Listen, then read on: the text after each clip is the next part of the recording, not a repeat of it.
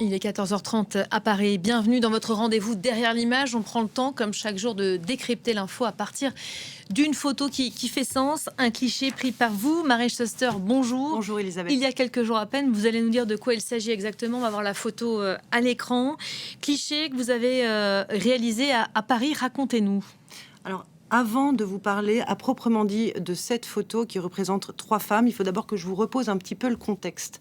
La semaine dernière se tenait donc le procès du djihadiste Sabri Essid, djihadiste français connu aussi pour être le beau-frère de Mohamed Merah et pour avoir rejoint l'État islamique en 2018. Sabri Essid est aujourd'hui présumé mort, mais en l'absence de preuves irréfutables, eh bien, se tenait donc ce procès à Paris. Il a été jugé en son absence.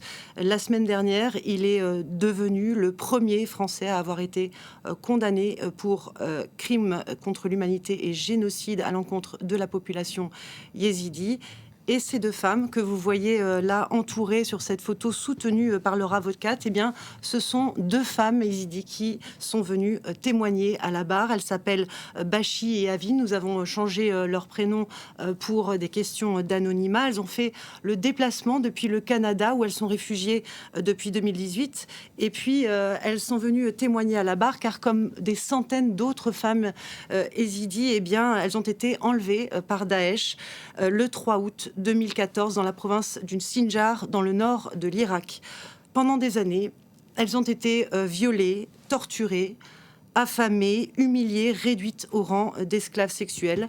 À la barre, elles sont venues raconter l'extinction planifiée de leur communauté par Daesh. Elles ont raconté comment les combattants de Daesh avaient d'abord séparé les hommes et les femmes et les enfants. Elles ont raconté les sélections à multiples reprises selon leur âge, selon qu'elles étaient mariées ou non, selon qu'elles avaient des enfants ou non, selon qu'elles étaient enceintes ou non, selon leurs critères de beauté, selon qu'elles avaient leurs règles ou non, car certains membres de Daesh cherchaient à les mettre enceintes pour éteindre leur lignée. Il faut savoir que pour devenir yézidi, il faut avoir un père yézidi et une mère yézidi. D'autres membres de Daesh, au contraire, leur fournissant la pilule pour ne pas qu'elles tombent enceintes et pouvoir continuer à en abuser encore et encore. Elles ont raconté l'organisation de leur transport d'un endroit à l'autre, d'une maison à l'autre, en bus ou en camion à bestiaux, vers des salles des fêtes, vers des maisons où elles étaient enfermées, où elles étaient encore une fois sujettes à de nouveaux tris, comme on trie des marchandises. Elles ont raconté tous les stratagèmes qu'elles ont mis en place pour ne pas être choisies par les membres de Daesh, en se coupant les cheveux, en se scarifiant, en se rendant malade. Ici à l'écran, vous voyez donc la province du Sinjar dévastée après l'arrivée de Daesh. Elles ont raconté comment donc elles ont été vendues, elles et leurs enfants, selon une grille tarifaire bien précise qui avait été imposée aux combattants de Daesh, alignée sur des marchés, encore une fois comme du bétail, ou via des petites annonces passées sur les réseaux sociaux. Elles ont raconté donc comment tout cela a été planifié, organisé, réglementé selon un fascicule, une sorte de petit guide qui avait été distribué aux différents membres de Daesh, de la bonne pratique, de la réduction en esclavage. Et puis elles ont bien sûr raconté comment elles ont croisé le chemin de Sabri Essid, alias Abu Dojana, ce djihadiste français, et le sort que cet homme violent leur avait réservé. Des témoignages donc qui étaient très difficiles à entendre, mais aussi évidemment très difficiles à recueillir. Seulement ces témoignages ont permis la reconnaissance officielle, la reconnaissance judiciaire en France du génocide des Yézidis par l'organisation de l'État islamique, et c'est ce qui en a fait un procès historique. Alors, comme je vous l'ai dit, elles étaient 2 à témoigner à la barre, elles auraient dû être 3. Il y avait une 3e femme, Faiza, qui est réfugiée en Australie, elle aussi, depuis 2018, et qui a finalement renoncé à se porter partie civile. Je vous propose d'écouter Clémence Bechtart, l'avocate qui l'a accompagnée tout au long de cette procédure. De nombreuses femmes que j'accompagne m'ont très souvent dit « moi je suis morte à l'intérieur, donc ma vie ne compte plus, mais ce qui les fait tenir c'est l'avenir de leurs enfants ». Et Faiza m'a dit que c'était trop difficile pour elle de se replonger dans ce qu'elle avait vécu et qu'elle voulait aujourd'hui tourner la page. Mais elle m'a aussi dit qu'elle était très contente que ce procès se tienne, et on a vu son fils qui est venu à l'audience, qui a tenu à témoigner. Mais c'était trop difficile pour elle d'avoir à se replonger dans l'enfer qu'elle a vécu aux mains de l'État islamique. Voilà, le fils de Faiza, aujourd'hui réfugié en France, est donc venu témoigner à la barre pour sa mère. Il a pu apporter un autre éclairage à l'histoire de génocide. Expliquez-nous. Ah oui, alors ce témoignage est totalement rocambolesque. La veille du verdict, on voit débarquer dans cette salle d'audience un jeune homme, on va peut-être le voir, un jeune homme d'une vingtaine d'années avec un porte-document. Il s'installe juste derrière moi sur les bancs de la presse, là où il y avait encore beaucoup de place. Il n'y avait pas énormément de journalistes à ce procès. Clémence Bechtart, l'avocate de Faiza, sort du banc des parties civiles pour lui adresser quelques mots. Et à la suite du témoignage d'Avin, eh bien, l'avocate demande au président de la Cour si ce jeune homme, si Samy peut venir à la barre pour lui aussi raconter ce qu'il a vécu. Et le président s'en étonne, il dit « Est-ce que vous souhaitez témoigner ?» Lui répond « Ah oui, je veux bien, ça ne me dérange pas de discuter un petit peu. » Après le témoignage d'Avis, ce petit intermède sympathique, eh bien, là, il raconte un récit qui glace littéralement l'Assemblée. Ce jour-là, le jour où sa mère et sa sœur aînée se sont fait enlever, il a à ce moment-là 15 ans. Mais pour l'État islamique, eh bien, à partir de 10 ans, on a l'âge d'être un homme. Alors, il n'est pas avec sa mère et sa sœur. Il part avec les hommes. Il est séparé de sa mère et sa sœur. Il part dans des camions avec les hommes, son père, ses oncles, ses amis, ses camarades de classe. Les hommes de Daesh roulent pendant quelques kilomètres avant de s'arrêter. Ils leur demandent de se convertir à la religion musulmane. Les hommes refusent. Alors, les membres de Daesh sortent les mitrailleuses et tirent. Autour de lui, c'est ce qu'il raconte à la barre, autour de lui, son père, ses oncles s'effondrent, lui fait le mort. Il voit les hommes de Daesh donner des coups de pied dans la tête des corps pour s'assurer que tout le monde est bien mort. Ils enterrent à la va-vite les corps. Là, on voit quelques charniers qui ont été retrouvés justement dans la province du Sinjar après le départ de l'État islamique. Et Samy, durant tout ce temps, eh bien, reste immobile. Lorsqu'ils sont partis, ils se relèvent. Ils ne seront que 6 ce jour-là à avoir survécu sur les 80 hommes qui ont été emmenés par les hommes de Daesh. Il retourne pour se cacher dans son village avec un homme qui est grièvement blessé aux jambes. Et au milieu des décombres, eh bien, il découvre les corps de membres de sa famille qui ont été laissés pour morts. À la nuit tombée, il le prend sur ses épaules. Samy le prend sur ses épaules. Il marche 30 km jusqu'au mont Sinjar. C'est l'endroit où leurs parents et leurs grands-parents leur apprennent depuis l'enfance à aller se réfugier, car ce n'est pas la première fois que les yézidis sont persécutés dans la région. Ils restent là pendant plusieurs jours avec plusieurs centaines de personnes affamées, mourant de soif, jusqu'à l'ouverture de ce corridor humanitaire qui leur permettra de sortir du mont Sinjar grâce au PKK. Ils se retrouvent là à la frontière seuls avec un seul objectif, celui de retrouver sa mère et sa sœur qui ont été enlevées. Il apprend qu'elles ont été vendues et qu'elles sont désormais aux mains de Daesh.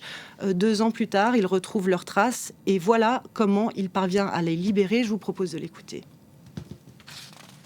Moi, j'ai fait tout à l'âge de 17 ans. J'ai toqué les portes des autres pour me prêter l'argent. Et j'ai travaillé 20 heures sur 24 à l'âge de 17 ans pour 15 €.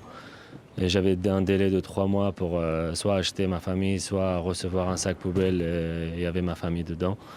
Et malheureusement, au bout de 2 mois, j'ai pas réussi. Et j'étais obligé de prendre un cahier, un stylo pour toquer les portes des autres pour me prêter l'argent pour pouvoir acheter ma famille. Voilà, l'histoire de jeune homme qui est assez surréaliste. Quand on l'entend, ça s'arrête pas là. Il va jusqu'à racheter sa grande sœur et sa mère. Exactement. Il rachète sa grande sœur pour 50 000 $ et sa mère pour 40 000 $, des sommes qu'il a fallu rembourser ensuite, des sommes empruntées à des familles qui avaient eux-mêmes mis de côté de l'argent pour pouvoir libérer leurs propres otages.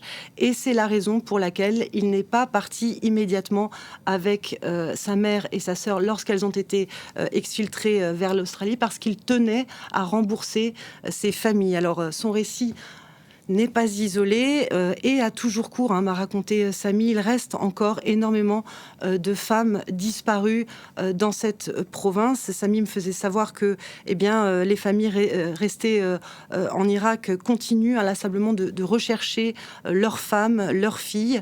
Et il me racontait qu'il y a à peine quelques semaines, il avait des nouvelles d'un de ses amis qui avait enfin pu racheter sa femme au bout de 10 ans après sa disparition, 10 ans après le génocide. Et c'est aujourd'hui précisément l'objectif de leur vie, à ces rescapés du génocide, pouvoir être réunis avec les membres de leur famille. Oui, effectivement, on estime qu'encore aujourd'hui, 2500 yézidis sont portés disparus, parmi lesquels de nombreuses femmes et de nombreux enfants. Et même pour ceux qui ont survécu à ce génocide et qui ont pu retrouver leur famille, eh bien, ce n'est pas si simple d'être réunis. Par exemple, la dernière fois que Sami a pu voir sa mère, c'était en 2019. 2019, la date à laquelle il a pu rejoindre la France et faire des études. Aujourd'hui, Sami bénéficie du statut de réfugié politique en France. Il se sent pleinement français. Il m'a d'ailleurs confié qu'il voulait demander la nationalité française. Pourquoi ? Eh bien, parce qu'il souhaite voyager librement, sereinement. Il m'a raconté que son désir de devenir français, au-delà de se sentir français, et qu'aujourd'hui, la France est devenue son pays, c'était aussi parce que beaucoup de Yézidis ont peur d'être pourchassés par d'anciens membres de l'État islamique, et que s'il lui arrivait quelque chose en Australie, eh bien, personne ne pourrait aller le chercher sans cette nationalité. Alors, à l'occasion de ce procès, j'ai également rencontré un autre survivant du génocide. Il est le fondateur de l'ONG Voice of Yezidi. Il se bat pour le respect des droits des rescapés. En 2023, il a d'ailleurs obtenu en France, il a été le lauréat de l'initiative Marianne, qui récompense les acteurs défenseurs des droits humains. Et lui s'insurge face au sort qui est aujourd'hui réservé aux rescapés du génocide par les pays d'accueil, dont la France. Je l'ai vu très en colère à la sortie de ce procès, parce que pour lui, de nombreux rescapés yézidis sont restés en Irak et en Syrie. On peut peut-être remontrer les images des camps de réfugiés. Ils vivent depuis 10 ans dans ces camps sans aucune autre possibilité de survie que via l'aide des ONG. Donc les voici. Ça, ce sont les décombres, les décombres des villages qui ont été détruits. Juste après, vous verrez les camps qui ont été filmés en 2019 par nos équipes. Et donc, ces réfugiés n'ont d'autre possibilité de survie que par l'intermédiaire de ces ONG placées dans ces camps. Malgré ces multiples demandes, cet homme explique que pour obtenir un visa, pour que ces rescapés yézidis restés en Irak, pour qu'ils puissent obtenir un visa, c'est presque mission impossible. Malgré les demandes, ils essuient des refus, contrairement aux promesses qui avaient été avancées par le président Emmanuel Macron en personne, m'a-t-il dit. Je vous propose d'écouter Farhad Chamorro-Auto. Nos enfants grandissent dans des camps. Le seul moyen que ces familles aient trouvé pour être à nouveau réunies, c'est de faire appel à des passeurs. Ils prennent les routes de l'immigration illégale, ils risquent leur vie. Nous avons des cas de familles qui ont perdu leurs enfants alors qu'ils tentaient de franchir les frontières pour venir en France et demander l'asile politique. Leur demande est immédiatement rejetée et ils sont menacés d'être expulsés. C'est un problème grave et il faut trouver une solution. Les familles yézidis ont besoin d'être à nouveau réunies pour faire leur vie ici, pour avoir la possibilité de s'intégrer dans la société et surtout pour guérir des souffrances suite à ce génocide. Alors Farhad Chamorro-Auto qui m'a expliqué que la famille constitue vraiment la base de l'identité yézidi, et que séparer les familles, les empêcher de se reconstituer, revient en quelque sorte à participer involontairement à cette extinction de cette culture, de cette communauté yézidi. Cet homme lui-même rescapé du génocide qui, malgré toute la reconnaissance qu'il peut avoir envers la France, se désespère d'avoir déjà vu 7 personnes mettre fin à ses jours en France parce qu'elles ne pouvaient pas être réunies avec leur famille. Merci beaucoup Marie Schuster de nous avoir fait vivre les coulisses de ce procès, passé sous les radars. C'était derrière l'image.